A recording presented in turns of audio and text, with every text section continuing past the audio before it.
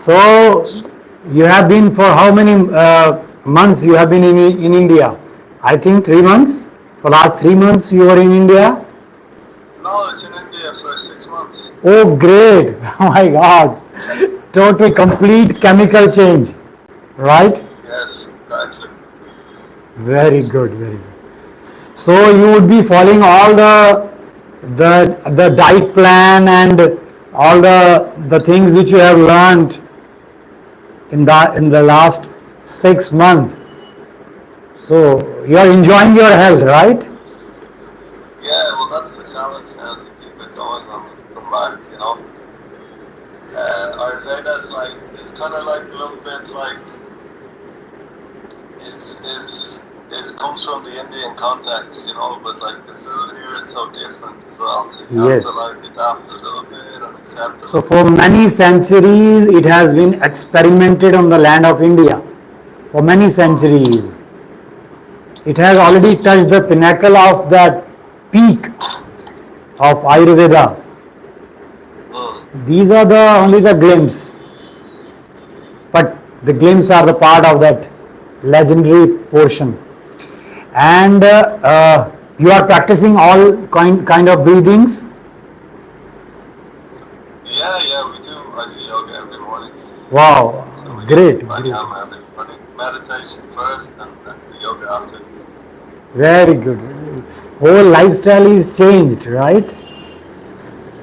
Yeah, well, I've always had. I mean, I've been practicing yoga and meditation for 10 years already. So Great, great, great. So now you have become a perfect yogi. no, no, no. Great, great. So we should enjoy everything.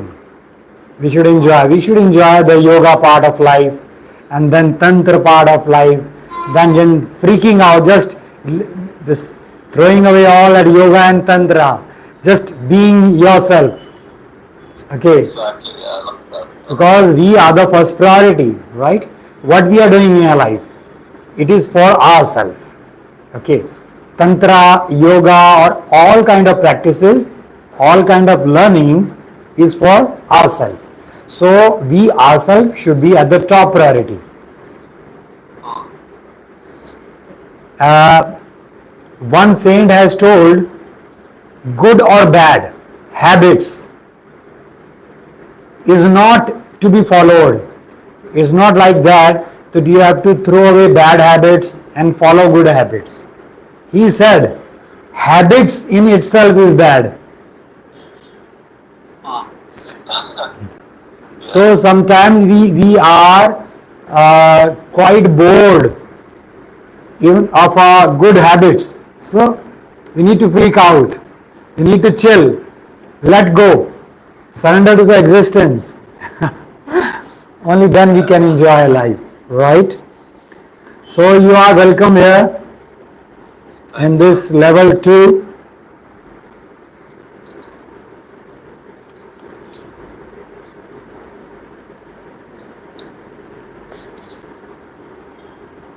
And before we start with level 2, I want to recap and revise level 1 in fast forward. Okay, Okay. because my level 2, for to get the knowledge of level 2, level 1 is very important. I am not entertaining anybody directly in level 2. Only those are entertained who has done level 1, because it is connected. We can understand, but then the continuity breaks. So you have already done level 1 thoroughly, so I would be revising, recapping in try to be very fast and fast forward manner, so that you would able to connect things what is happening in level 2, right? So let's start. Level 1, the very first day we have done, very first chapter we have done that about houses, right? Yeah. We have done about from first to 12 houses, right? From in a anti-clockwise. So in my description I have narrated that as per Vedic knowledge, or you can say that all the sages or yogis or enlightened people of the past, astrology has been evolved through their knowledge. All the main purpose of astrology is to attain moksha, enlightenment. It's not for that mundane attitude and all those categories to get money and to get name and fame. This is the non-essential part of astrology, which is very common nowadays globally. How when I should be very healthy, wealthy, affluent in all aspects of life. This is non-essential. I am interested in the essential part. When we would be completely mature enough to handle all the odds of life. You know, maturity comes when we live life in totality, in all aspects. Only then maturity comes. You have heard the word brahmacharya, very often spoken by all the yogis, all the people. It's a very common word in India. But this is very wrongly interpreted, wrongly defined. Brahma means God. Charya means the way of life. One whose life has surpassed the boundaries of a human being, whose way of life is like God, not bounded by the limitation of human beings. Lust, pride, ego, craziness. He is living beyond the limitation of human being, beyond all the senses. He is using his body and mind like a slave, but he is not in the grip of body and mind. So that kind of life is defined as brahmacharya. It's not having control on sex, is brahmacharya. This is the most puerile or childish definition of brahmacharya, you know. Very childish. Anybody can do it. Even animals are doing it, you know. So they are not brahmacharyas. So the purpose of astrology is to attain maturity in all dimensions of our life. So I have started with the first house, you know. First house, when we came on this planet Earth, when we comes out the womb of our mother, that's the first house. When our physical body is appeared, right, that is the first house I have explained. So first house is all about our physical appearance, our characterization, our body, everything related to our self-image, right? So we have come on this planet Earth with this physical body. That's the first house. Now we will travel further. The second house, when we start listening what other people are saying, when we start seeing, everything is going inside our body through eyes, through all our five senses, right? We have been touched, we started feeling, so everything is coming inside our body through five senses, right? And we started crying, we started making sounds and noises, all that crying without any particular conversation, right? So I have explained that second house is about savings, right? Vocal cord, our voice, our family lineage, even our face. When a child is born, the first part which is the most attractive part, is face. Everybody is looking at his face, right? When child is born. Yeah. So face is the most magnetic part of a child. So that's the second house. First house we have physically out, then second house. So second house I explained is saving, bank account, right? And our face, our food eating habits, our vocal cord, our diaphragm, our voice, and our family lineage. That's second house. Then when we start making noises, we grow further. Little bit of maturity is added in our personality. So all the things which have been collected when we are born, we hear a lot of noises, lot of languages which go inside our senses, right? So we do start conversation. So third house I have explained is the house of conversation. We dare to speak. So third house is the house of daring also.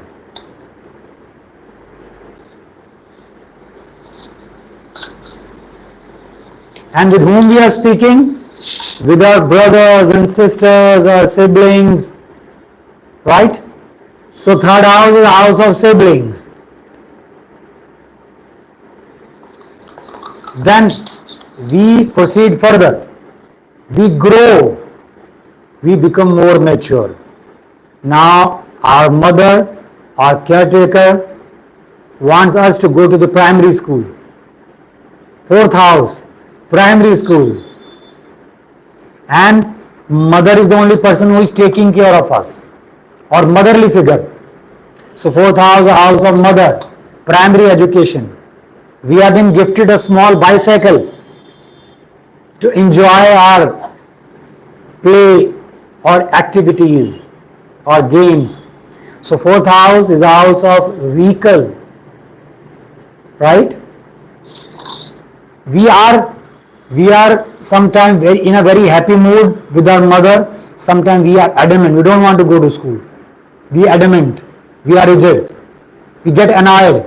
So fourth house is all about feelings, emotions, sentiments, right? Our caring. Mother is caring. So fourth house is all about feelings, emotions, sentiments, caring. Our mother, primary education, our vehicle. Now we grow further. Okay, now we entered into teenage.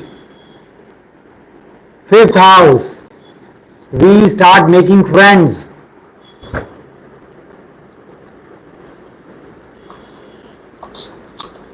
We are told us to do something creative in school.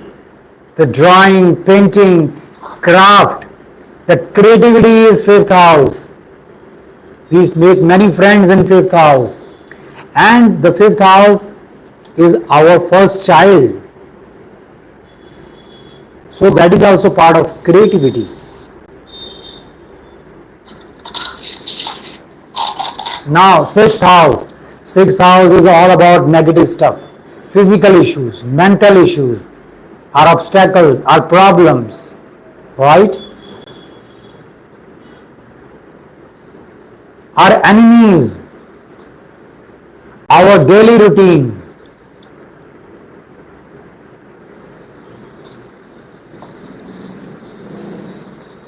So that is sixth house. Now seventh house. We are fed up of all the issues and problems created by our friends. Mental tension, all physical problem. Okay, so now we have chosen one person to spend our whole life. So seventh house, a house of wife, marriage, the house of spouse, right? A legal partner or a marriage partner, or you can also say a business partner. So that's happening in seventh house. So when we proceed further, after marriage, we are reborn, you know. So different kind of life exists. So eighth house is the house of reborn, rebirth, transformation. Eighth house of in-laws, the treasure of our spouse or the treasure of other person. Eighth house of darkness, occult, tantra, magic.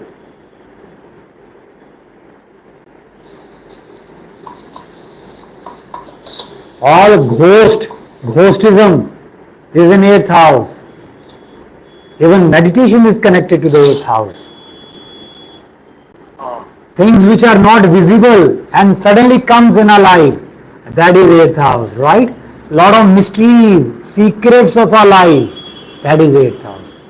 Now with all the trauma and chaos, when we lived all the trauma and chaos of eighth house, we entered into that ninth house, the house of religion, higher philosophy, higher thinking, higher education, higher qualification.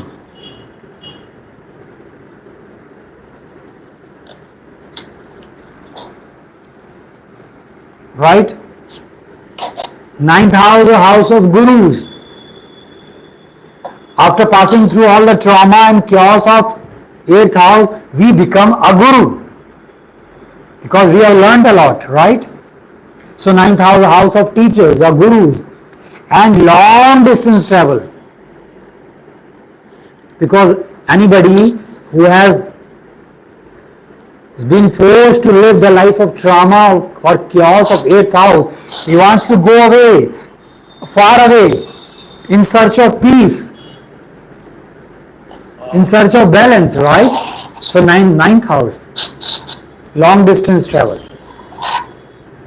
So once we are done with long distance travel and we have made up a philosophy and higher thinking, we have become a guru based on our personal experiences. Now we have set our mind. 10th house, the house of work.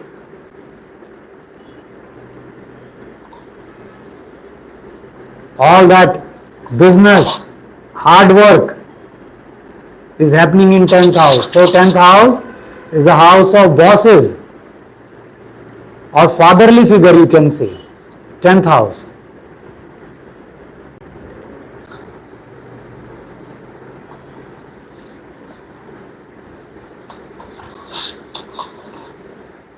Okay, so all that politics, leg pulling, all that rat race is happening in 10th house. You know? All that cunningness, wickedness to get profit, to get gain is in 10th house. So that is also a very complicated house, right? Because we are in too much tension, too much hard work, we are fighting. We are struggling. Now with that, lot of hard work, lot of struggle, lot of sweating, we enter into the 11th house. That is our earning, our liquid cash, our dreams, our wishes, our desires, our goals, our ambitions, our fulfillments. That is 11th house. It only comes after 10th house. So see how everything is interconnected. Our dreams, 11th house. So once we are fulfilled with our dreams, wishes, desire, goals, ambitions, or we come to a conclusion that all desire, all wishes, all dreams, ambitions are futile. That kind of maturity, if it comes in 11th house, by living 11th house, we enter into 12th house, the house of moksha, the house of enlightenment. So this is the house where we see our dreams as futile, yeah? This is the house where if we have lived the 11th house in full maturity, so this is the house of relaxation, 12th house.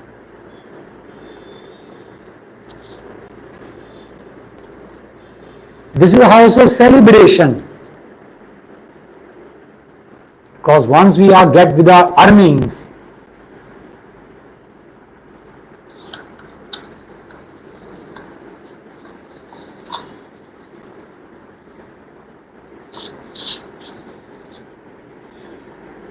so this is a kind of retired life,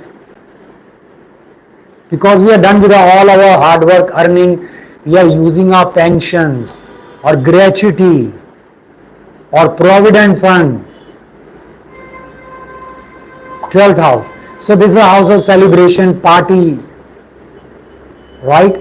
Meditation, our subconscious mind.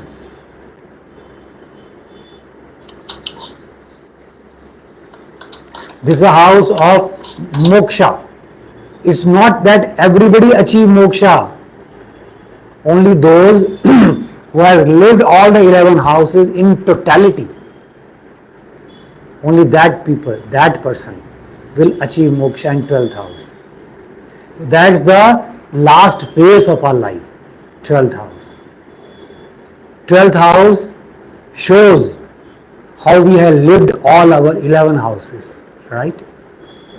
In Hinduism, it has been taught, or the kind of principle, that we have been thrown on this planet Earth again and again. They believe in many lives. Hinduism believe in many lives. Even many enlightened people, they have their personal experiences like that.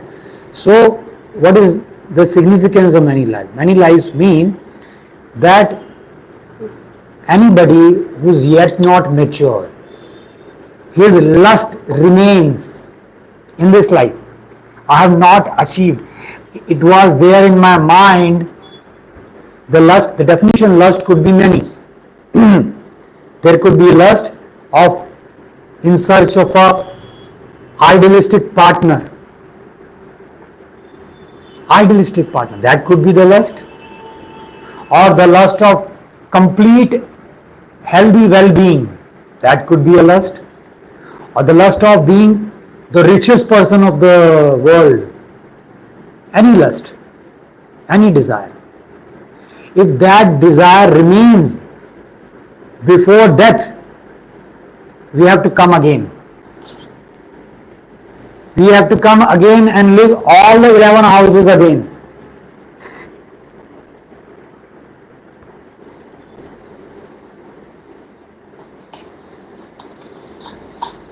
Only that person will not come again, one who dies without any desire, without any lust,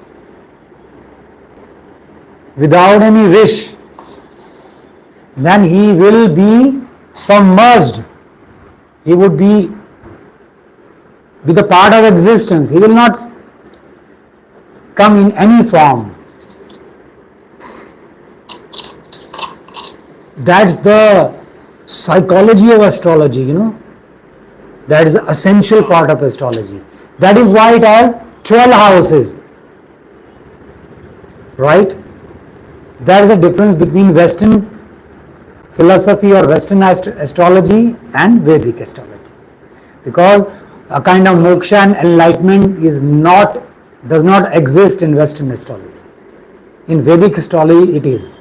So that I have explained. And what else we have done? We have done all the 9 planets, right? We have started with Jupiter. Jupiter is a planet of wisdom, knowledge, positivity, right? It is a planet of knowledge, gaining knowledge, imparting knowledge, sharing knowledge. It is a planet of gurus, teachers, right? All that positivity in our life is because of Jupiter. I have also explained that 24/7 we are in the grip of the energies of planet. Right? Sometimes we are in the grip of Jupiter. When we are doing lot of yogas, breathing, connected with the existence, lot of knowledge, gaining knowledge, sharing knowledge, Jupiter. So Jupiter is all about positivity. Anybody who is very positive in their life, form belief in the existence that nothing will bad happen in my life because existence is taking care of me, or you can define existence as a God, Allah, Ishwar, Bhagwan, any name, right? So that kind of thought process if somebody has, so his Jupiter is very good. So that is Jupiter. So after Jupiter, we have done Saturn.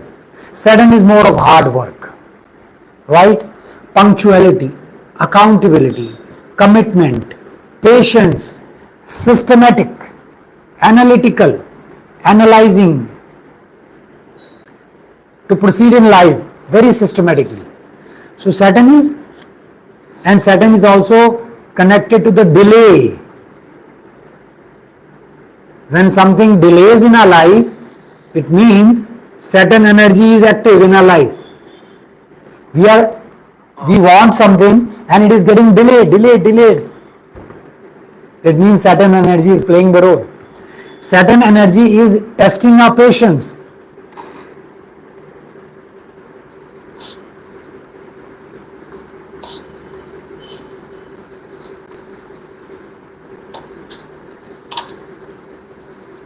Okay, so Saturn is delaying. Saturn is also loneliness. When we feel sometimes at certain part of life, we feel very lonely or alone, as if we have very few or one or two friends, then Saturn energy is smothering us. We are in the grip of Saturn energy. So he wants to teach some lessons. Saturn, he wants to teach some lessons. After Saturn comes Mercury, right? Mercury is all about intellect, our thought process, our communication, our thinking pattern.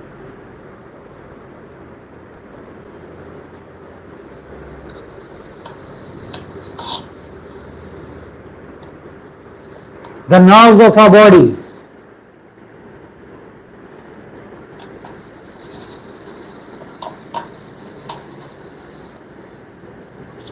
So that is Mercury.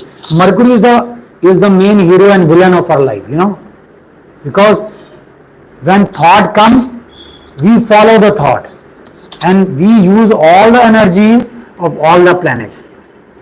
If positive thought comes, we follow positive thoughts. Negative thought comes, we follow negative thought. So Mercury is the main hero or villain of our life. If we could manage the energy of Mercury, then our whole life is in balanced way. We could live life in a very balanced way by simply managing only one planet, Mercury. After Mercury, I have described about Ketu. It's a planet of nothingness, emptiness, hollowness, dryness, detachment. It's a planet of yogis who is doing tapasya or sadhana in Himalayas. They may have not eaten anything for many days. They are not interested in anything, any desire, any lust, any food. They don't want to carry away with their body or mind. They are empty. They are living that hollowness. So that is Ketu. That's the Ketu energy. Sometimes we are in the grip of Ketu energy. When we feel like sitting silently, not doing anything, just chill, without any thought, we are in the grip of Ketu energy, right? So after Ketu, I've explained about Venus. Venus is all about celebration, enjoyment, party, rejoicing, all the aspects of life. That is Venus.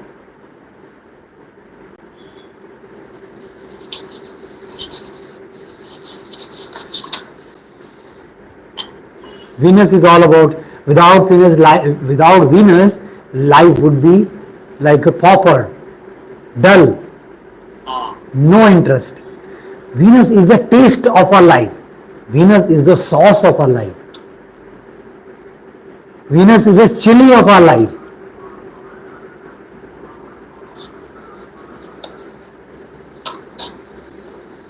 So Venus is very important.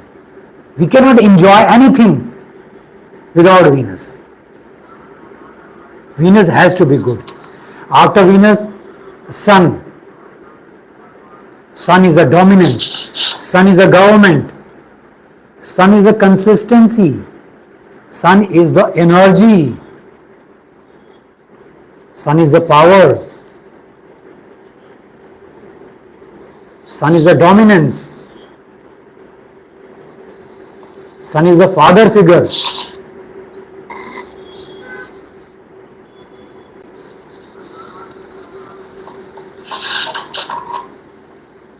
Sun is the stability of our life. One is very stable in their life, their sun is in good position. To make sun good in your horoscope, do something consistently, persistently for at least 3 months. If you want to make sun positive in your life, choose any deed consciously and do it for 3 months, that particular time. Your sun would be in a very strong position, right? His degree would be improved. So that's about sun. Sun is government, right? After sun, moon. Moon is all about our emotions, our feelings, our sentiments, our caring, a mother or motherly figure, our home, the shelter. That is moon. Right? So, sometimes we think something with our Mercury, but we change our plan out of emotions. So, moon dominates Mercury. So, moon is so much important. Just out of emotions or feelings, we change our... Mercury, yeah? Sorry? The moon dominates Mercury. Sometimes or many times. Mercury is all about brain, analyzing, thinking. Right? But sometimes moon is so much the part of our personality in depth. We are in the gray. But sometimes, most of the time, we let our mind wins. We control our emotions. We suppress our emotions. Right? This is the part of our life most of the time. For example, when somebody falls sick, right?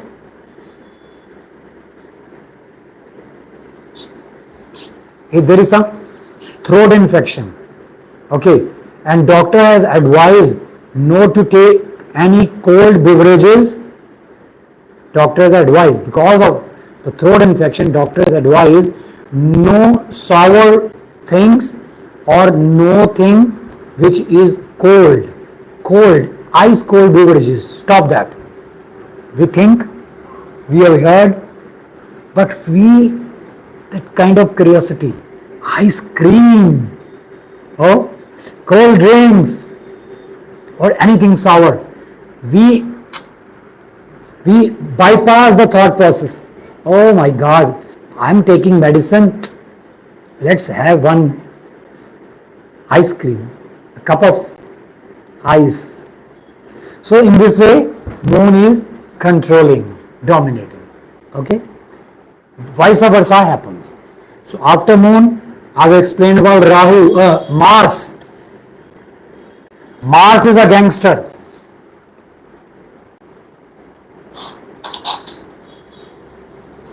He tries to dominate wherever he sits, right?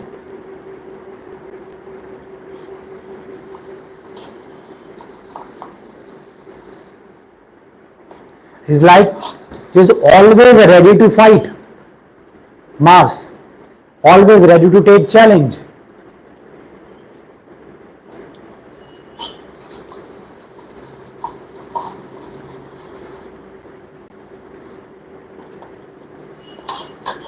So always like a fighter, always in fighting mood.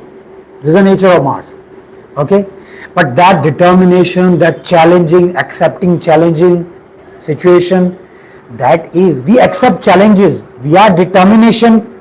We determined to do something, right? Only because of Mars.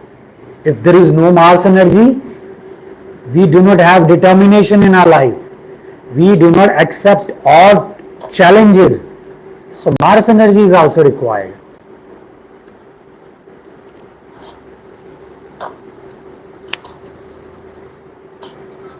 Sometimes we need that fighting spirit to excel in life, right? Fighting spirit, that fighting attitude, that is also required. Otherwise, other will take us for granted, right? Mars is a kind of protective armor for our personality, right?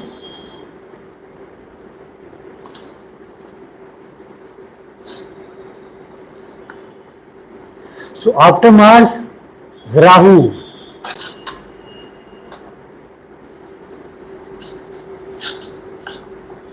Rahu is all about obsession, passion, craziness. Rahu crosses the limits. Rahu breaks the boundaries. Rahu is the exaggeration of our life.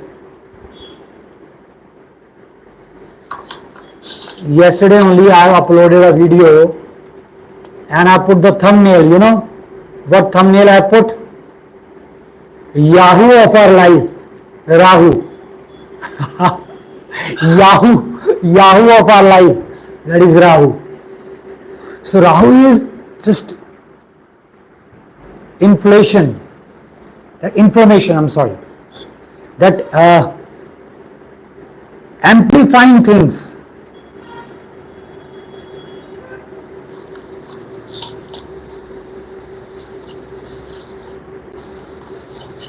Is about exaggeration, is about more of a materialistic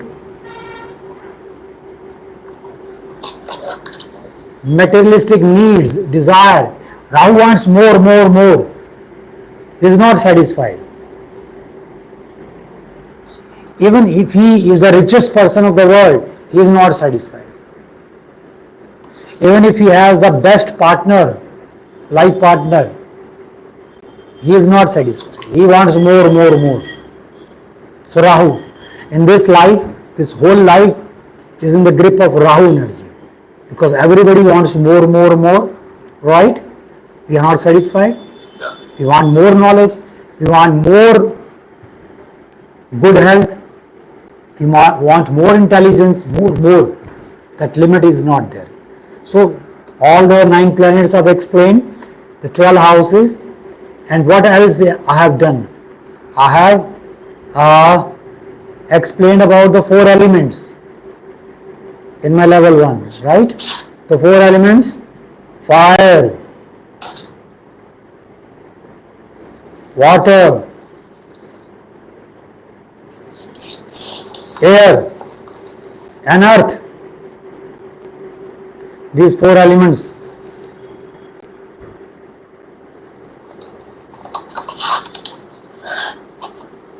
Four elements, right? Do you remember? Yeah. And what are the zodiac sign? All the 12 zodiac signs also I've explained. The first one is Aries. Second one, Taurus. Third one is Gemini. Fourth one, Cancer. Fifth one, Leo. Number 6, Virgo. Number 7, Libra. Number 8, Scorpio.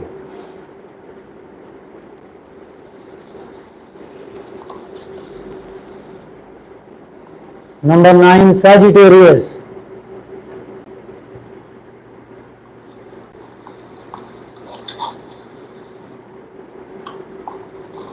Number 10, Capricorn.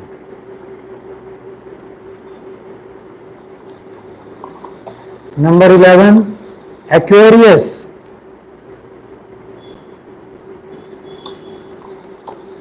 Number 12, Pisces. And the lordship of Aries is Mars, right? Yeah.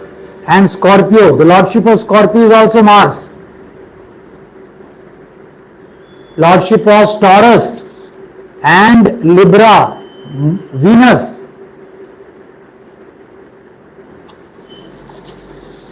Lordship of Gemini and Virgo, Mercury.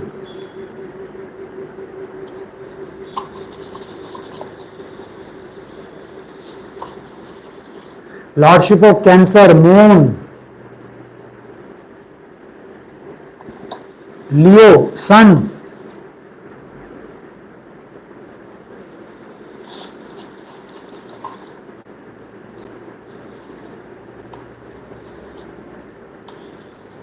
Okay, and 8th I will explain.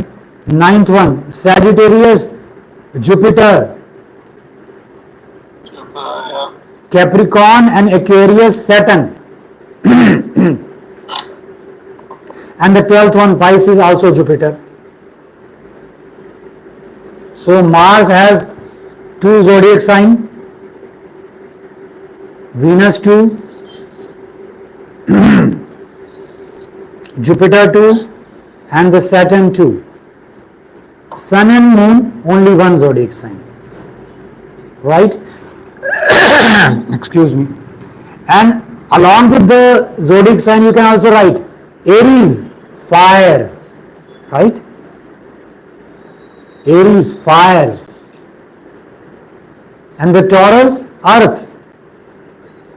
I've already explained in level 1. Gemini, air.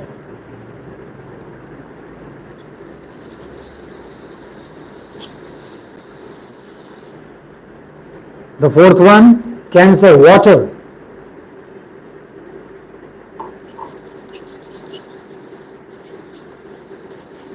Fifth one, Sun, fire. And Libra is again air. Scorpio is water.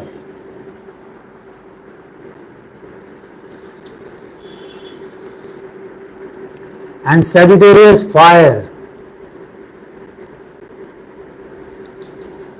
Capricorn is earth. Aquarius, air.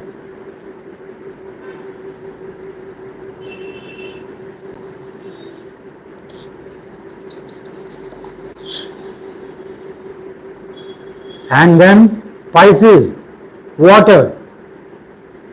Water, yeah. So how many water elements are there? We missed Virgo, I think. Cancer, Virgo is Pisces and Scorpio. 3 water zodiac signs, right? And how many fire? Sagittarius and Leo and Aries, fire. Earth, Taurus, Virgo and Capricorn. So these things we are already done, right? yeah. And apart from this, I have explained how the planets are behaving in each and every house, right? Jupiter in first house is a fatty personality, or we feel like a very idealistic approach towards our body, because first house is more of our body, right? So Jupiter, very idealistic approach towards body, and there is a possibility of expansion of body.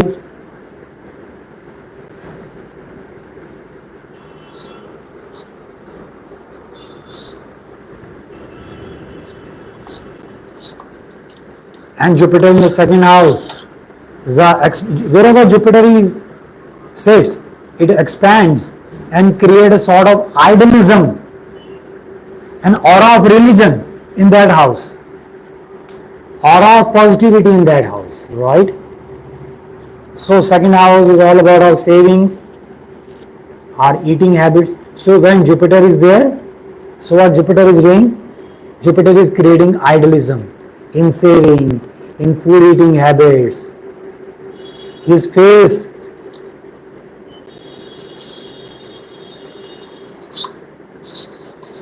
is that bit expanded face, as if that largeness is reflected on his face, right? And the diaphragm, loudness, because of Jupiter expansion, right? In his voice, diaphragm, the woofer effect. And the third house, Jupiter, is very idealistic in conversation, idealistic relation with his siblings.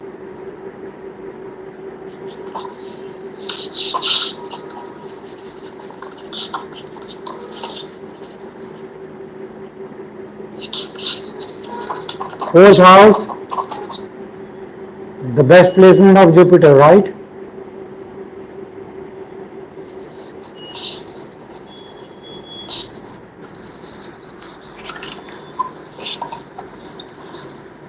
Because the education, that knowledge which is imparting is full of sensitivity, emotions, caring, motherly teaching, the way mother has taught us. Jupiter in fourth house, these people are like motherly teaching.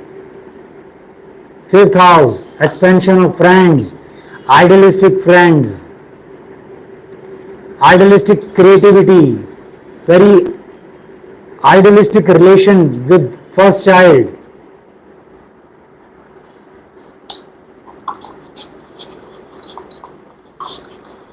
Are you able to recall things we have already done? I'm just revising it fast forward. Yeah. Jupiter in sixth house, right?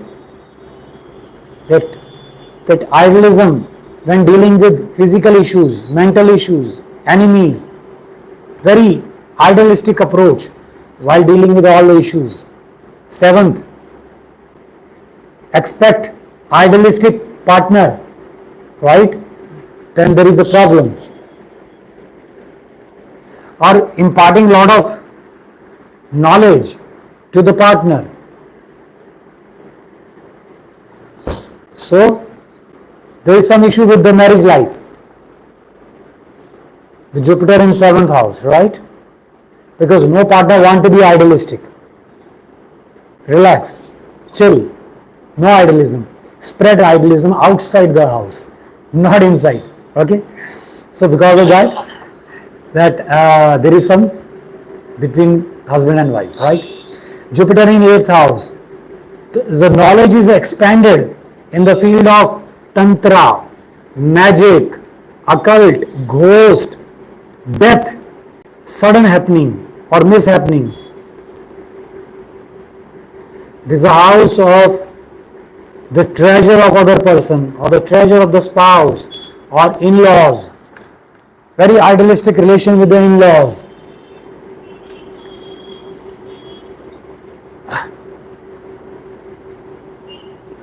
Right? So here Jupiter gains lot of knowledge which has no boundaries. Anybody who has Jupiter in 8th house is the highly knowledgeable teacher, because his idealism comprises all the trauma and chaos of 8th house. Right? We start thinking that life doesn't end with this idealism. Very far, far away life exists. Jupiter in 9th house is a very comfortable ninth, the own house of Jupiter, right? So a lot of religiousness. Anybody who has Jupiter in 9th house would be following all the religious principles, doctrines, dogmas, very religious person. Respecting his gurus, teachers, idealistic approach towards long distance travel. Jupiter in 10th house, that's a poor placement because he is spreading idealism at workplace. Nobody is interested in idealism. Everybody is gaining profit. Hook or crook. There is no law as such in 10th house, right? Anything which is of $10 worth, anybody who is in 10th house is selling it in $20, $30, $5. So Jupiter in 10th house is spreading idealism. So he would be considered idiot. Jupiter in 10th house. Jupiter in 11th house, expanding desires, wishes, very idealistic approach towards his earning.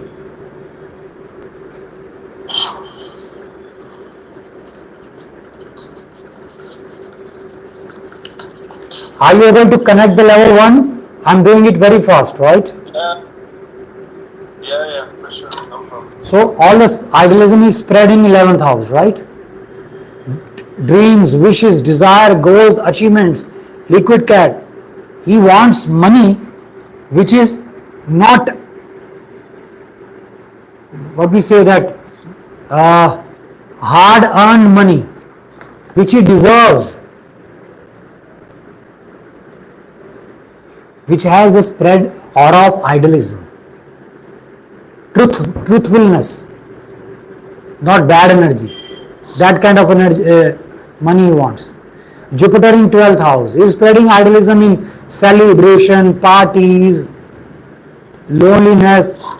Jupiter here is not much happy because he is forced to stay detached. 12th house.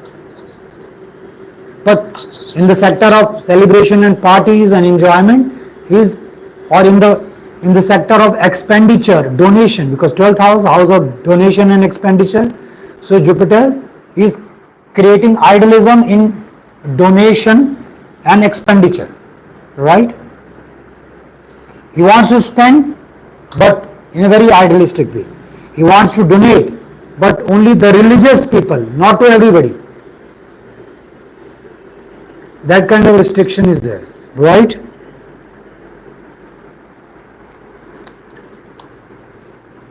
After Saturn, Jupiter, we have done Saturn, right? Saturn in first house. So anybody who has Saturn in first house, he is putting lot of hard work, energy, using his body. He needs to be very dutiful, responsible, punctual, regular when dealing with his body, and he needs to be very slow, no haste. When he is into exercise, the result will come not very early. So he has to be very accountable with his body. Only then result will come. Punctuality. He has lot of responsibilities for his body. That's the first house. Second house, he has to be disciplined, punctual, regular with his eating habits, with his savings.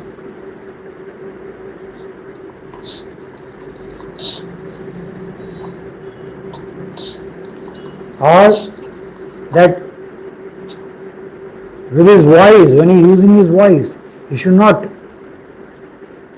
stress, right?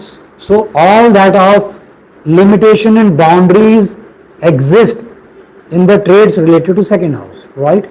Saturn want discipline, commitment, regularity, accountability, punctuality, limitation, boundaries. Saturn creates the invisible boundaries and he says, do not cross that boundary.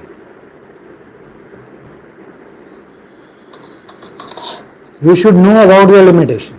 Saturn in third house, all about conversation. Limitation in conversation. Be very punctual, dutiful, responsible, systematic when you are involved in any sort of conversation with anybody, or while messaging or email, or while in that certain of interviews, conversation. Certain ones you should be mentally prepared. Be dutiful. You should be very professional, punctual, responsible towards your siblings, your short distance travel, right? Your daringness. Everything should be organized well. Lot of homework is required to go ahead with the traits of third house. Saturn says slow, systematic, and do homework before going ahead. Saturn in fourth house. Take care of others and yours, emotions, feelings, sentiments. If you have vehicle, regularly servicing is required or cleaning is required. Fulfill all your responsibilities for your mother.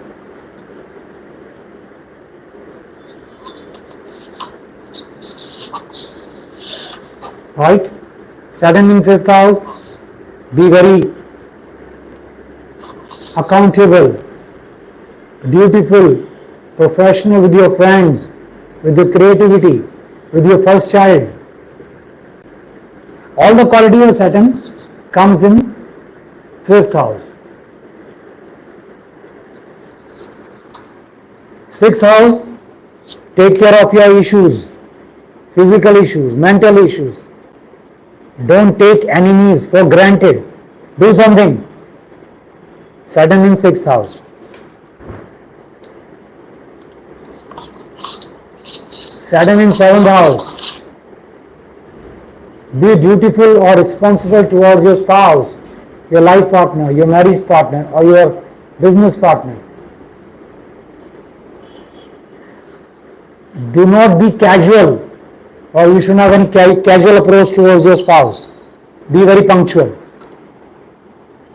Fulfill the responsibilities.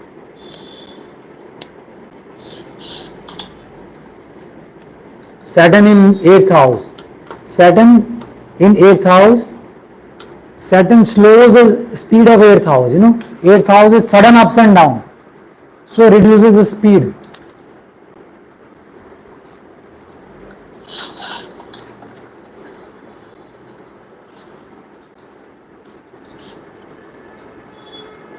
Saturn puts lot of effort gaining the knowledge of 8th house, or he is very much concerned, dutiful when dealing with the 8th house.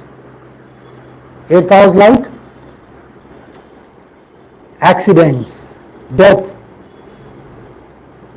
or any kind of knowledge like tantra, magic. 8th house is the house of in-laws, so lot of responsibilities toward in-laws. 9th house, accountable, responsible towards their gurus, teachers, toward his thought process, his higher philosophy, higher thinking, or institutional qualification, or when he is into that long distance travel, he should be mentally prepared. He should prepare himself physically, mentally, or collect all the materialistic things which are required during long distance travel. So Saturn energy says, be very dutiful, responsible, professional, punctual, accountable wherever I am sitting. So in 9th house, all the characteristics of 9th house, right? 10th house, the own house of Saturn, hard work, consistently, persistently, and don't be very fast. Take your time. Be slow and steady wins the race. slow, be punctual, responsible towards your colleagues, to your bosses.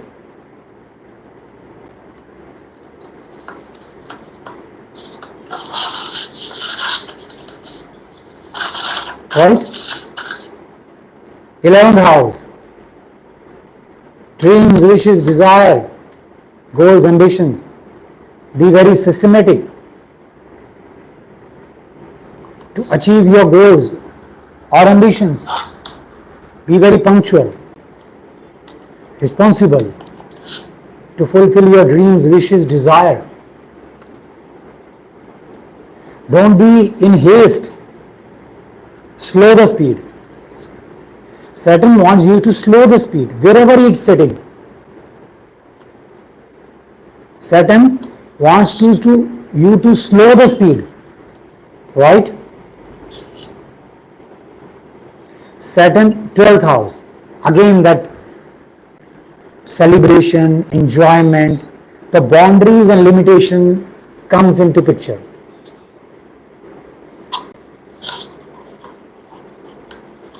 If any celebration is going on, Saturn says, don't cross the limit. Enjoy within limit, within your boundaries. So we are done with Saturn. We'll take a break of 10 minutes. Okay? You can enjoy your tea, coffee. Okay? So after, I think this is the last part. In 10 minutes we'll be able to over that level 1 complete. Okay? The whole revision of level 1 will be over in 10 minutes, I think so. 10 or 15 minutes. Done. You are able to relate. I am speaking very fast and fast forward. I am describing level 1, right? Are you able to connect?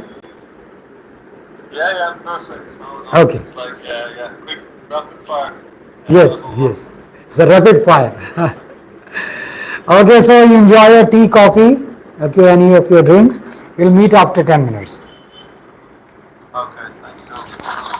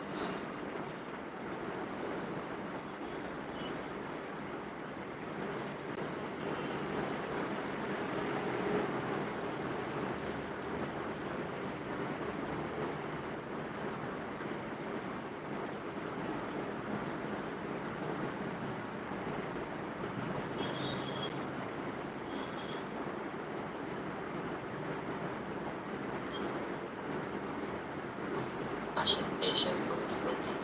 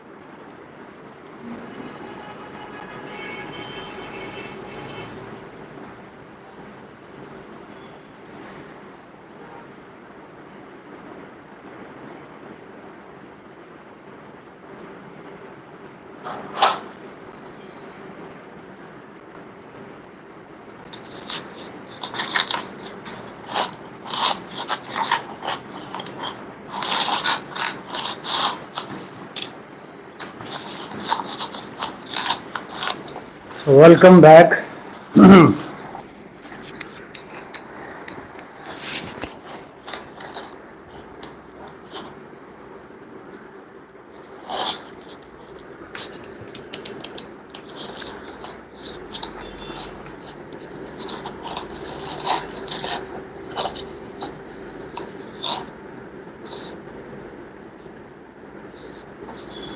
So we have done revised Saturn in all the 12 houses.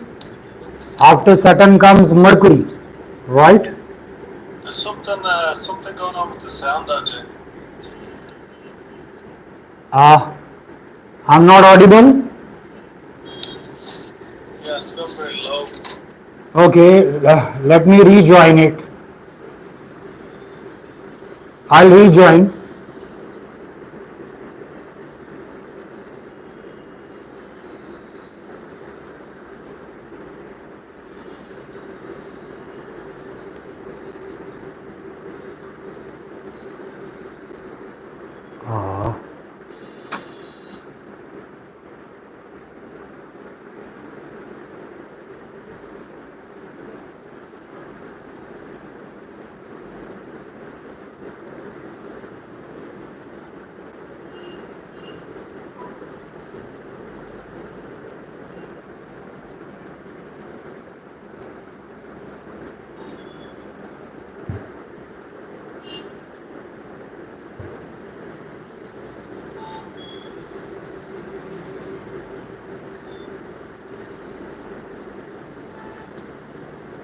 Am I audible now?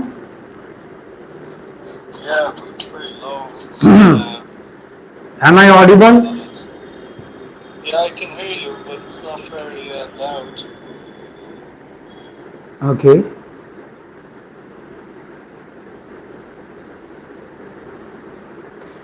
You rejoin it. You leave and rejoin. Okay.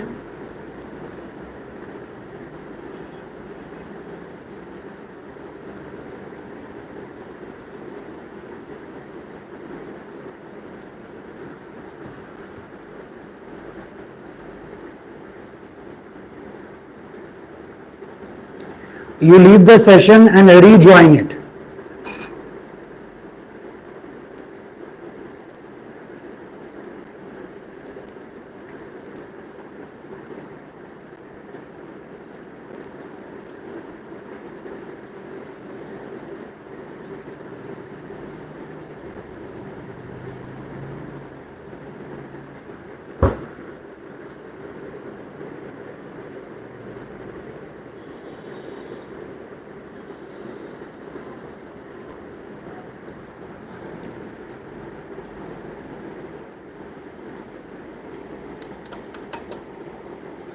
Am I audible?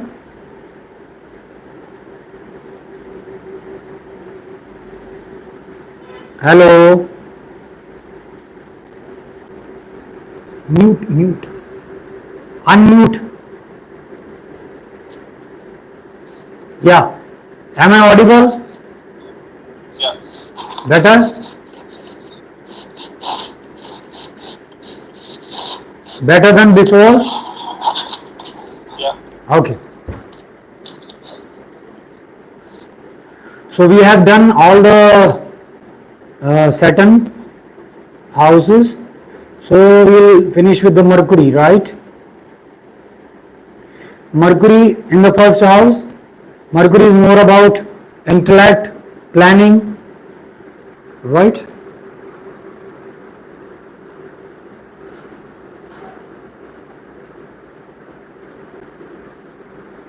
So these people, when Mercury in the first house, Mercury is a businessman, right?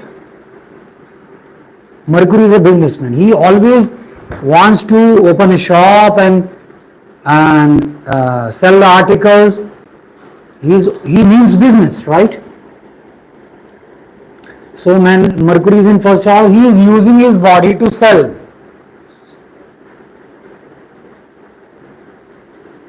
In a way, all the qualities which he consider that I have a good brain, I'm quite a learner in handling with technical things. Okay, so these people could be like that. They start selling the qualities of the brain. They could be a broker, right? They are using their own self image, own self for the business purpose, right? And the same way, Mercury in the second house. So any business related to voice, could be a singer, could be running any food outlet, right? He may be lending money because saving, right? Second house, he may be lending money for some interest, right? He may be selling the land of his family. He is maybe involved in certain business of his family. The intention of Mercury is to do business wherever it sits. So third house is all about Facebook, YouTube, media, all kind of communication.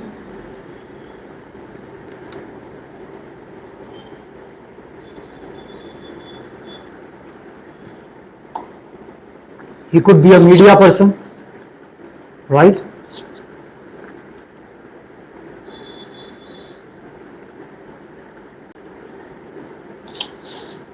So He may be involved in the business of with his siblings. So third house, siblings, right? And fourth house, he could be an actor, or his or her mother is involved in his or her business, or he or she is involved in the business of mother, right? Fifth house, he is involved with his friends to run a business, or his creativity is a part of the business. His son or daughter, eldest one, involved in the business, or he is involved in the business of his or her daughter, right, or son. Sixth house, he is dealing with all the negative stuff to earn money.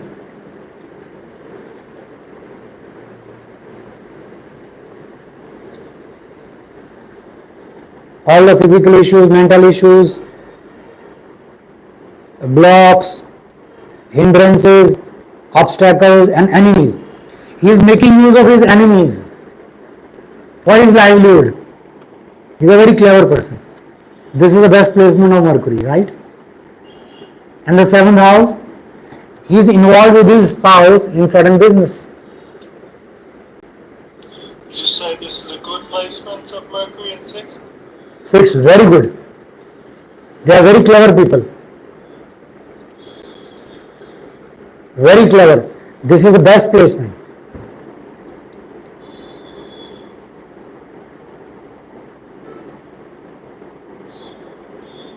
These people run away from the site when they have that kind of intuition that something fishy is going to happen at that particular circumstances. They will run away. They are very clever people. They are capable of getting business from enemies. They will not show off their enmity in front of their enemies. That jealousy, that hatred nets in front of the enemies. They are very clever people, okay? Seventh house, they are into business with their spouse. So this is a problematic situation sometimes because all that love affair, that talking of lovely talks vanishes.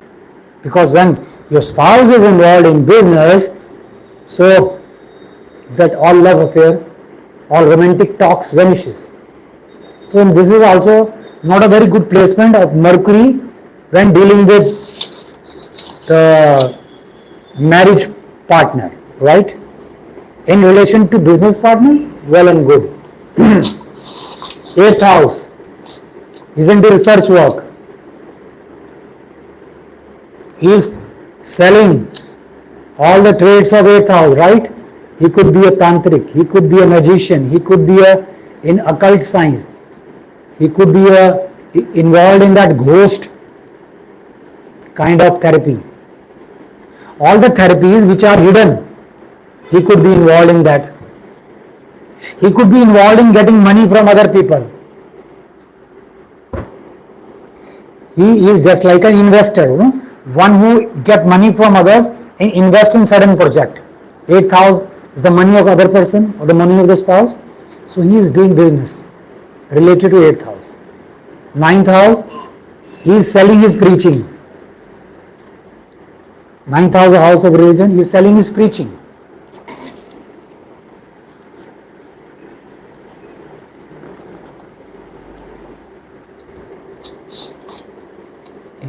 He is trying to sell the higher philosophy, higher religion. He could be a motivator. You know those people who give big lectures on stage to motivate people. He could be like that.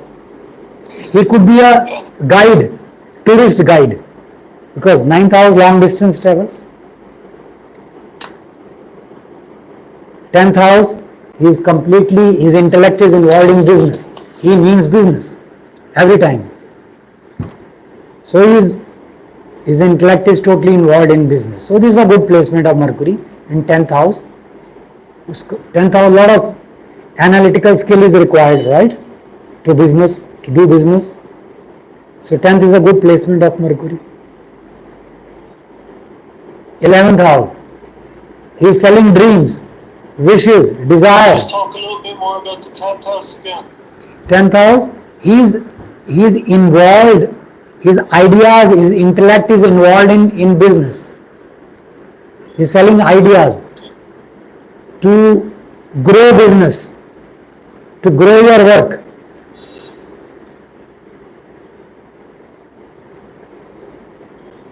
Okay. He could be a planner, business planner. He could be a consultant, business consultant. He is involved in thinking to grow the business, or he may be have that professional relationship with the bosses, colleagues. Okay. His mind is communication, is involved in 10th house, or the characteristics of 10th house. 11th house. 11th house is he is selling dreams, selling ambitions, goals. There are few people, they are, let's go to India and do all these things. They are selling dreams. They are glamorizing the dreams and wishes, the desire, the ambitions of other person or common person, and they are getting business out of it.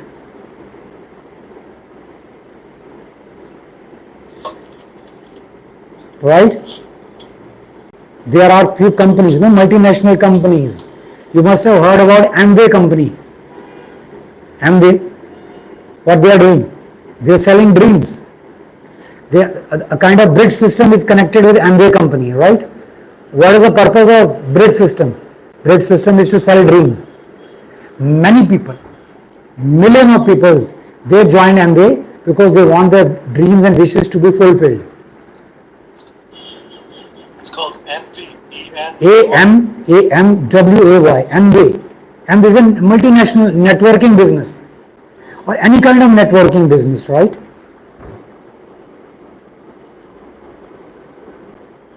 Or any of the business where dreams are being sold. Join this club and you will get so much benefit. Right? Mercury in 12th house. That's a very bad placement. Because this is a house of nothingness, emptiness, hollowness, dryness. He could be a party planner.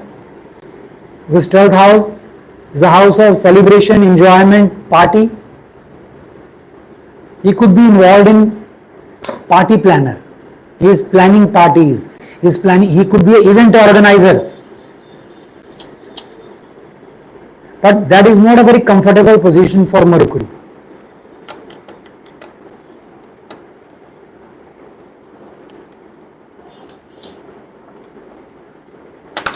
So, after Mercury, there is a planet Ketu.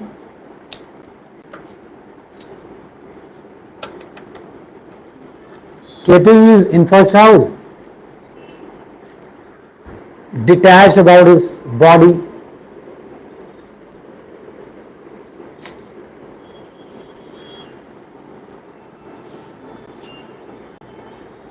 He is not bothered about his body, he is detached. Ketu is a planet of detachment, right? Dryness, emptiness, hollowness. He is least bothered about his self-image, his personality, his characterization. Ketu first house. Ketu second house is not bothered about savings, eating habits, family lineage, or face, or vocal cord. His vocal cord is always dry up. Ketu in second house, these people are always drinking water. Or they feel like drinking water because Ketu dries up things, right? So the vocal cord is dried up. Anybody who has Ketu in second house, they feel like drinking water.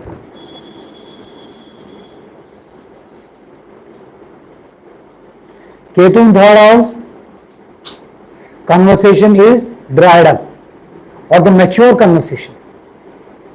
A relationship sibling is dried up, or very mature communication. Ketu is a mature planet, right? He is a daring, but he is not showing off his daring. Third house. Fourth house, you don't want to be at home. The relationship with mother is not very emotional.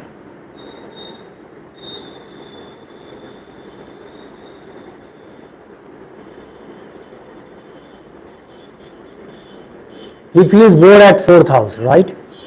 His emotions, feelings, sentiments is dried up. He is not bothered about. Fifth house, all his friend circle, creativity, and the relation with first child, distant.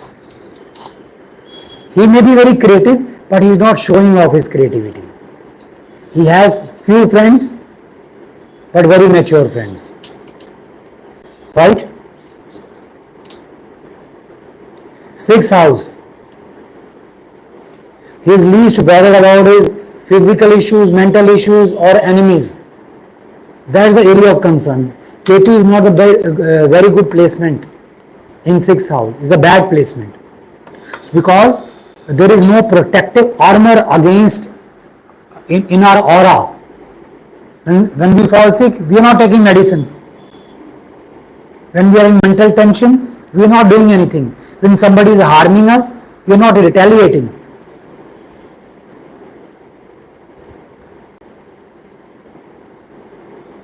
Ketu in seventh house. Just 1 sec, Ajay. Okay. Coming to the 10th house. Wait.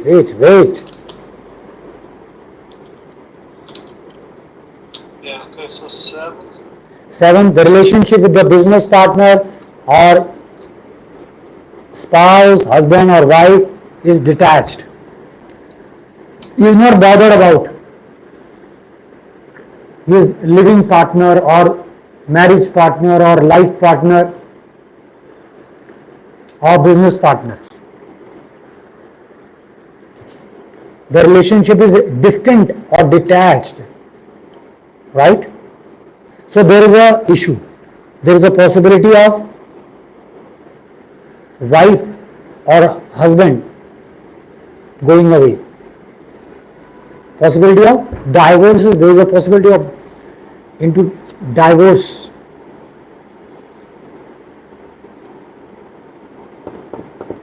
Ketu in 8th house, not bothered about death-like situation or sudden happenings, mishappening, or all of the sciences like occult, magic, tantra, ghostism, hypnotism. They are very mature or least bothered.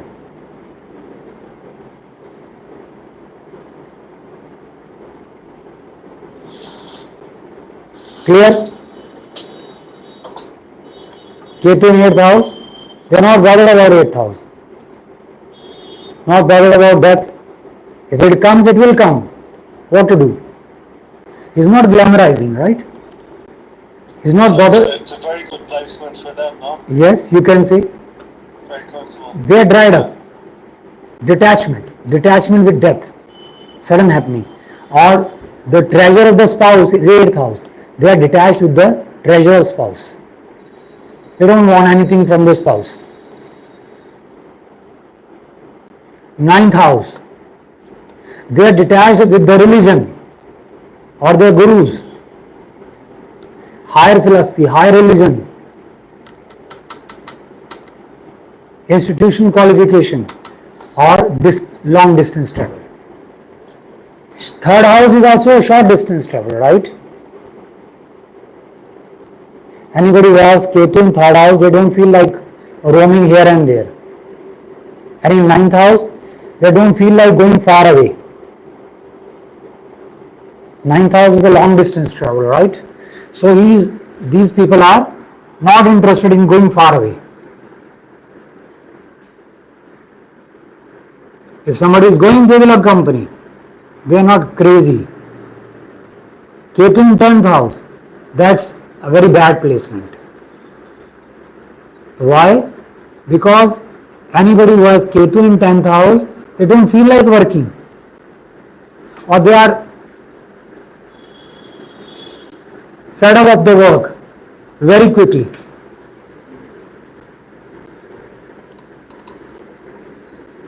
They have no interest in outside world.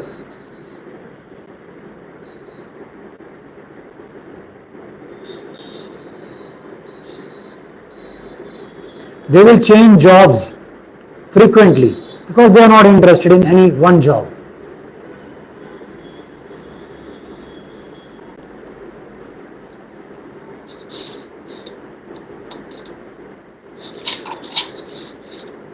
Clear? Ketu in 11th house. These people are dry, have dry attitude towards wishes, desire, dreams, ambitions, goals. If it is fulfilled, well and good. Otherwise, no issues, no problem.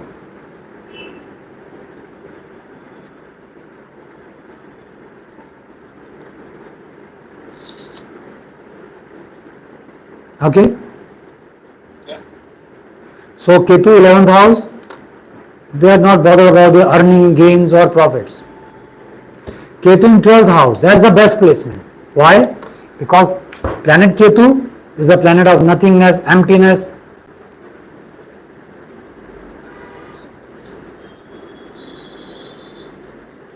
When Ketu is placed in 12th house, as if he is syncing with the energy of 12th house. 12th house of relaxation, nothingness, emptiness, hollowness, dryness, detachment.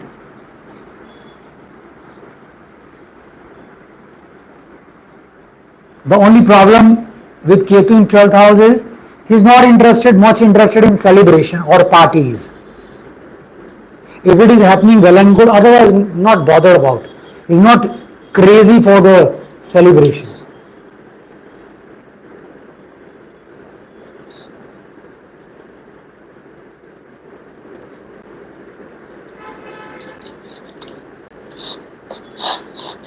We're done with Ketu in all the 12 houses. I'm simply going fast forward. We've already done in detail in the 7 days level 1, right? So I'm just doing it very fast. After Ketu, Venus comes. So I'm recapping in very fast so that once we do start level 2, right? The level 2 would not be like a rocket science for you. Okay? Everything is gelled up. So Venus first house, these people, they love their body. They want their body to be glamorized. They glamorize their body. They are very interested in wearing good attires, good dresses.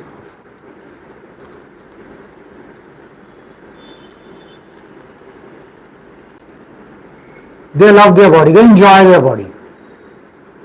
All that aesthetic sense, beautiful, glamorizing, rejoicing, seeking pleasure, celebration, everything is happening through their body.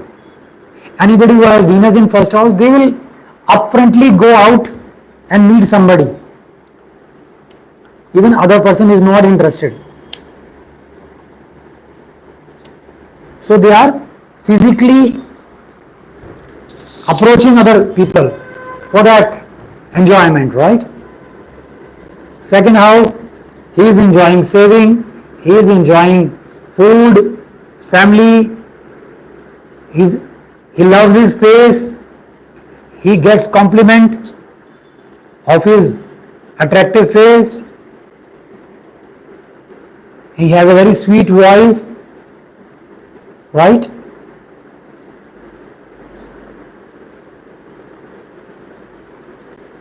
And Venus in third house. These people, they enjoy the conversation, they enjoy the media, all that Facebook, Instagram, WhatsApp. They enjoy chit-chatting, talking.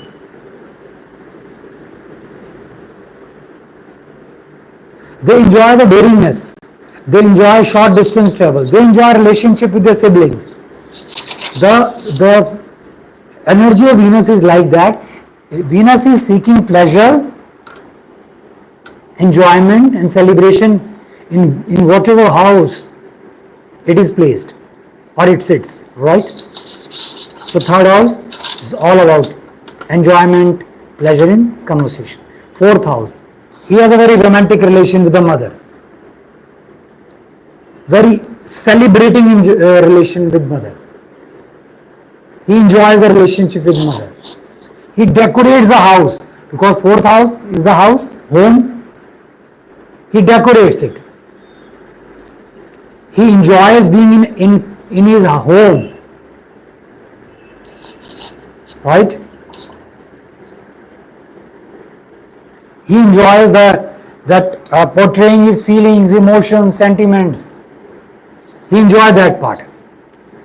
He enjoys the caring part.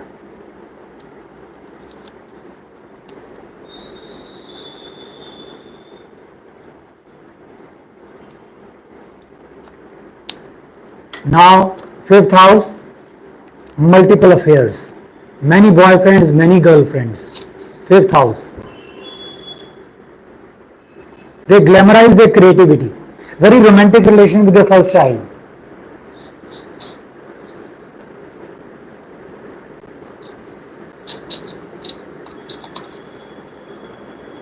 Clear? Sixth house. They try to enjoy with their issues. But this is not a very good placement for Venus. Venus suffers here because all relationship is creating problem in his life. Venus. All relationships are creating problem in their life. Venus is also a skin. Venus is our relationship and the skin. So there is something related to the skin, issue with skin. Venus in sixth house.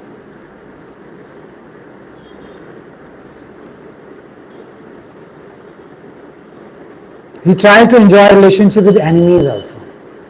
But enemy might not be enjoying. Venus in seventh house, very romantic, glamorized relation with the spouse. The only negativity is that sometimes they get carried away with too much romanticism in seventh house.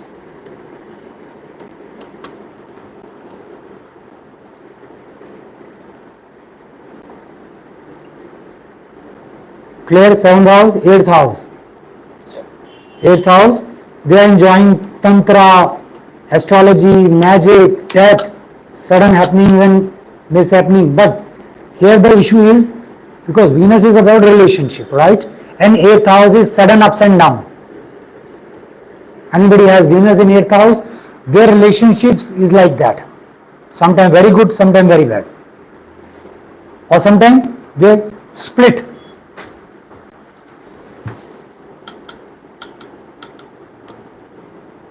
But he tries to enjoy because eighth house is a house of sex life, right? Which is because eighth is a house of darkness. Sex is the thing to be done in hidden, right? So everything is eighth house. So Venus enjoy this life, enjoy the sex life, and he has a very romantic relationship, very glamorous relationship with the in-laws. Eighth house in-laws.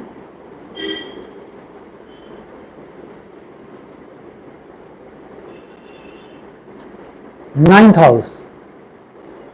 He enjoys religion. He enjoys higher philosophy. He seeks pleasure in that higher philosophy, higher thinking. He has a very romantic relationship or glamorous relationship with their gurus or teachers. They enjoy long distance travel. They celebrate long distance travel.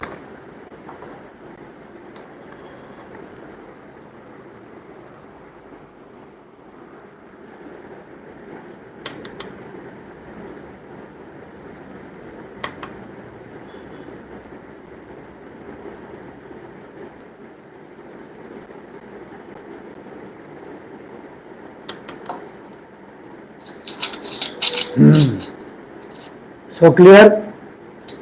Ninth house, he is enjoying religion. 10th house, he is enjoying work, business. He is enjoying celebration with the colleagues and with their bosses. Right? There is a possibility of having love affair with their bosses or colleagues.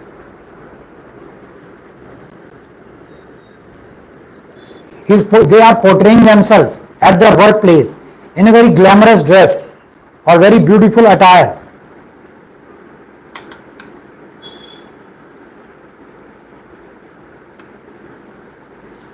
Venus in 11th house, they enjoy their earnings, dreams, wishes, desire, liquid cash, their business network. They enjoy that. They celebrate that. They seek pleasure in all these things.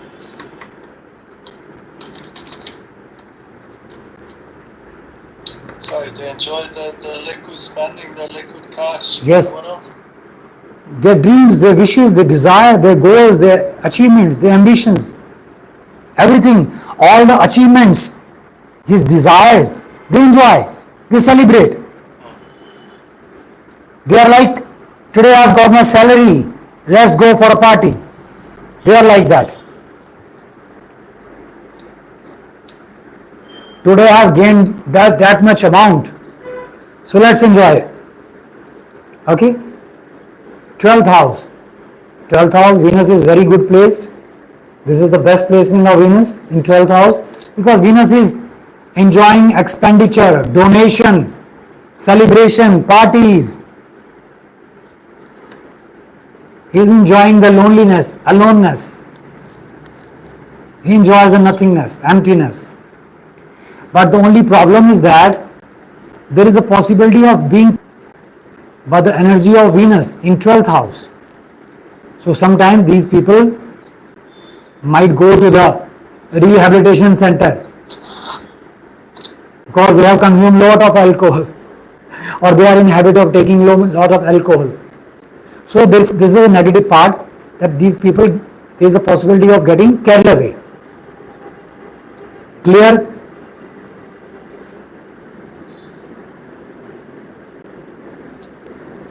Venus in 12th house, done. Now Sun in first house. What is Sun? Sun is a dominating energy, right? So we are dominating using our body, our physical structure or our self-image. We create a dominance. We are consistent with our body. We are energetic with our body. We are glowing with our body.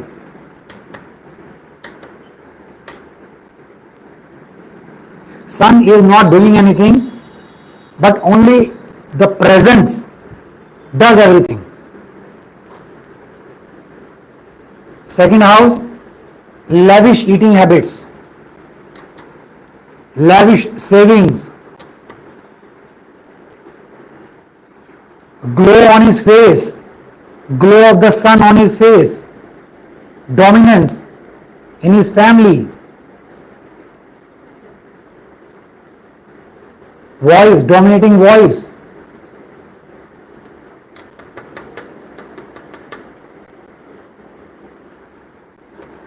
In your free time, I'm recording this also, right? I'm going live on YouTube with this, so you can watch this also. Okay, so second house is dominating. Sun is illuminating, is brightening the house in which it sits. Okay, second house is brightened up. Third house, house of communication, conversation, the daring, relationship with the sibling is brightened up, is illuminated. But there is a problem that the siblings try to maintain a distance. They try to go away from these people because these people dominate on their siblings. So the relationship with the sibling is not very friendly. Third house. Fourth house. Either father is playing the role of mother or mother is playing the role of father. Both way. Fourth house, Sun, either father is playing the role of mother or mother is playing the role of father. Both way. He is dominating others with his emotions, feelings, sentiments, right? Fifth house is dominating on his friends. So fewer friends, less friends. his creativity. He is dominating with his creativity.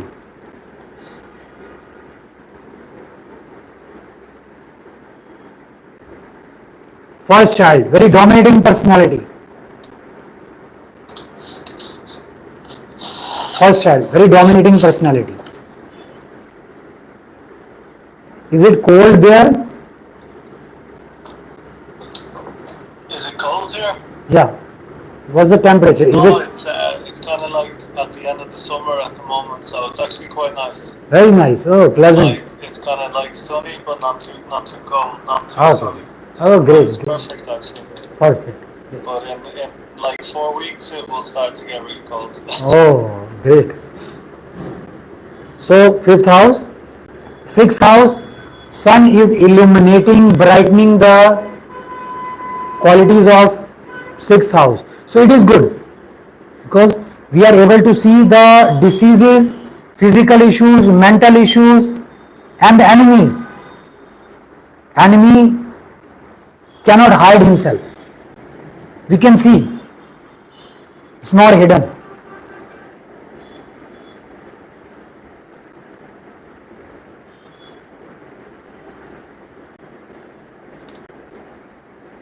And seventh house. This is not a good placement of sun. Why? Because sun tries to dominate his partner.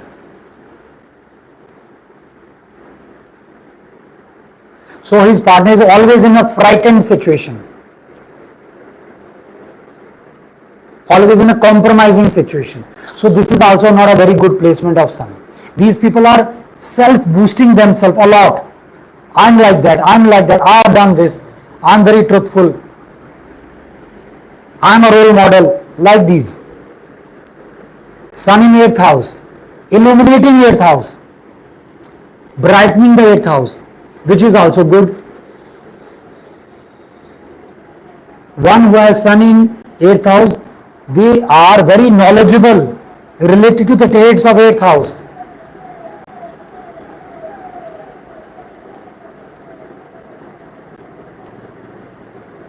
They can specialize into the trades of 8th house. 9th house, double ego, because sun and the house of religion, so very egoistic, over egoistic people. Sun in 9th house. They try to dominate their gurus, dominance on gurus. So very over egoistic people. They are truthful, they are sincere, but over egoistic.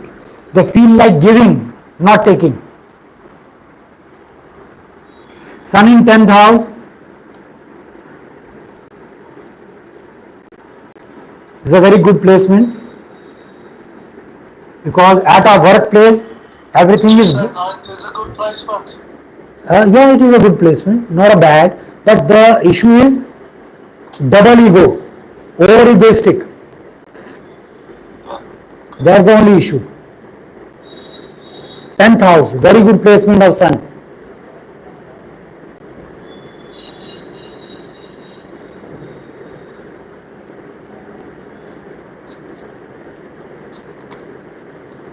Why? Because everything is illuminated. We can see what is going on in our business circle. Who is being wicked or negative stuff. So it's a very good placement. Nobody can befool us in 10th house. If sun is 10th house. 11th house. All our dreams, wishes, desire are brightened up.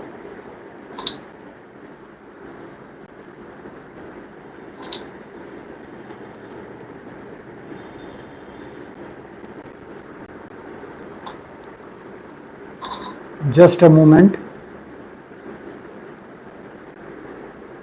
There is a possibility that my phone switched off. So what I'll do, if it happens, I'll call you on WhatsApp from other number, right? Okay. You can pick me. But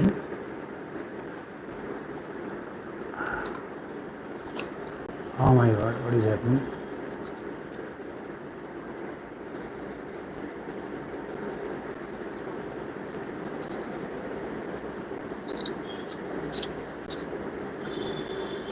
Oh.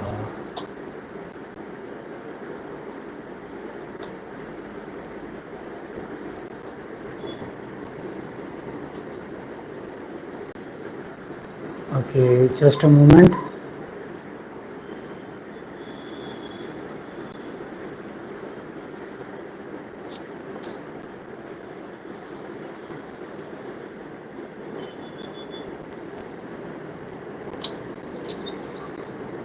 Okay, till now it's 12%, but my other phone is active.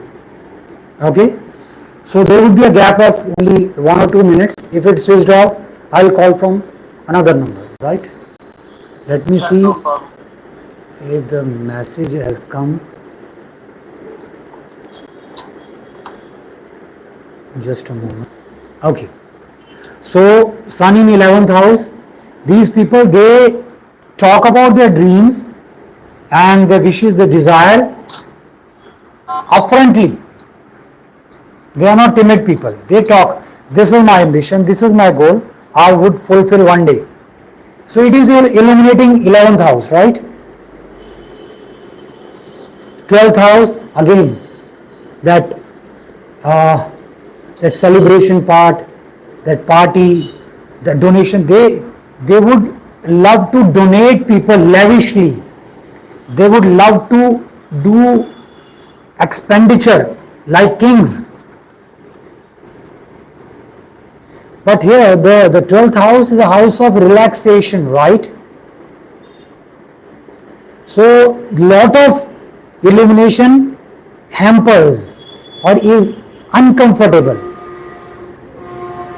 because the role of sun is to illuminate or and overbright that house. So 12th house is not a very good placement of sun.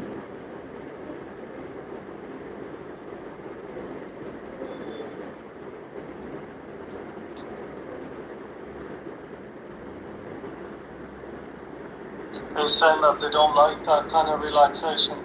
No, one who has sun in 12th house, they are not able to relax comfortably, because sun is illuminating, is brightening the 12th house, too much light.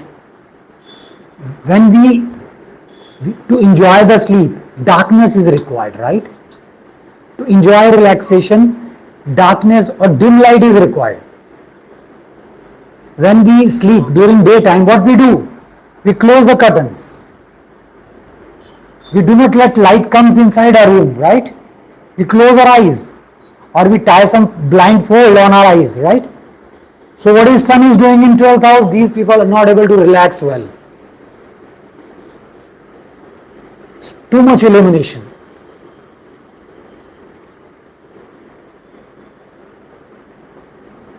So after sun comes moon.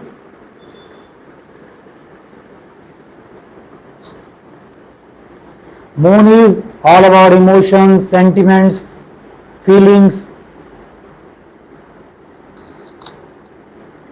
right? So first house, very touchy, sensitive with concerning his body, his self-image, his character. They are oversensitive with the first house. All the qualities of first house, these people are oversensitive, over-caring. Second house, very sensitive and touchy with all the traits of second house, like food eating habits, savings, their face, their vocal cord, their family. If all the things is become unstable, they feel very bad. Their mood is upset. Third house, conversation. They are very touchy when they communicate, or all the media setup. They are very emotional about these things. They have very emotional relationship with their siblings. Third house.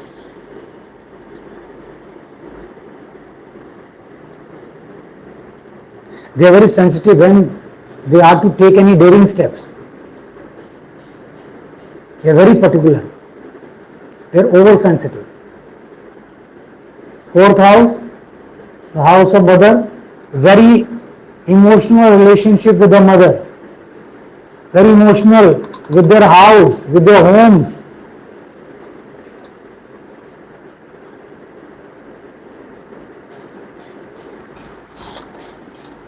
Right? So all the qualities of moon is spreading, is active. Fifth house, sensitive with your friends, relations, with their first child, with their creativity. Sixth house, very touchy, sensitive with their physical issues, with their mental issues, oversensitive, always in fear. This is also not a very good placement of moon, because their mind is always in fear of physical issues, mental issues, obstacles, hindrances, and their enemies.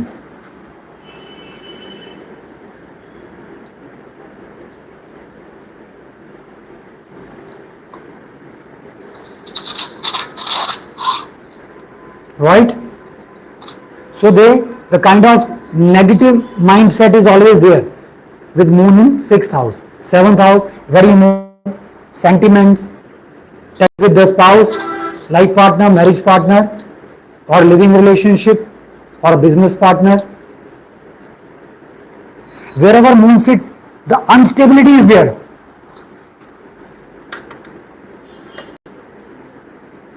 Eighth house, very bad placement of moon, because these people are always in fear. What will happen next? Eighth house, always in fear. Anybody who has moon in 8th house, there is a possibility of depression, frustration, or their mother could be in that state.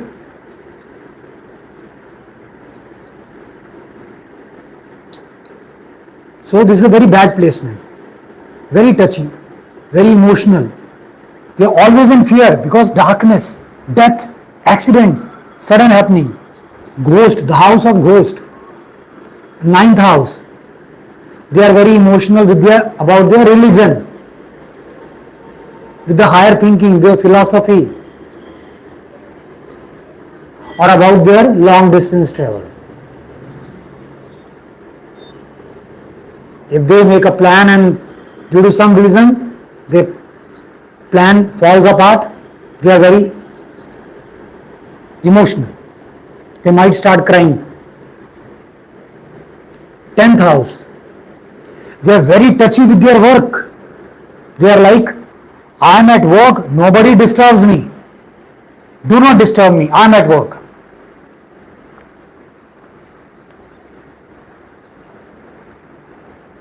They are very sensitive when dealing with their work culture. Right? 11th house, they are very sentimental, emotional when dealing with their desires, wishes, ambitions, goal. If they are not able to fulfill their desire, wishes, goals, their mood get upset. Right? So they are very touchy when dealing with their desire, liquid cash, business network. If they are earning for 100 pounds and they are getting only 80 pounds, 20 pounds less, they start crying.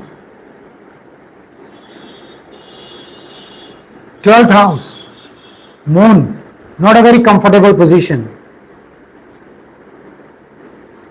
Or they are over sensitive with their relaxation. These people, they switch off their phones when they are sleeping, or when they are at rest. Very over emotional about their relaxation, celebration, parties. They want nobody should disturb them. Nobody creates problem when some party is going on.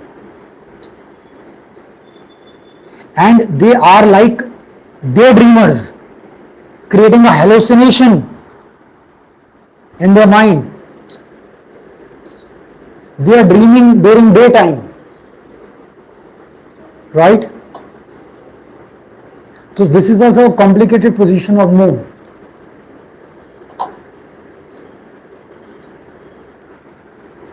Okay, before I start with Mars, I'll switch off this phone and I would be calling from this phone through WhatsApp. Okay? Yeah. Okay, just wait. Only 2 planets are left. So you people, I'll cover those 2 planets some other time. Till then, I'm ending this session.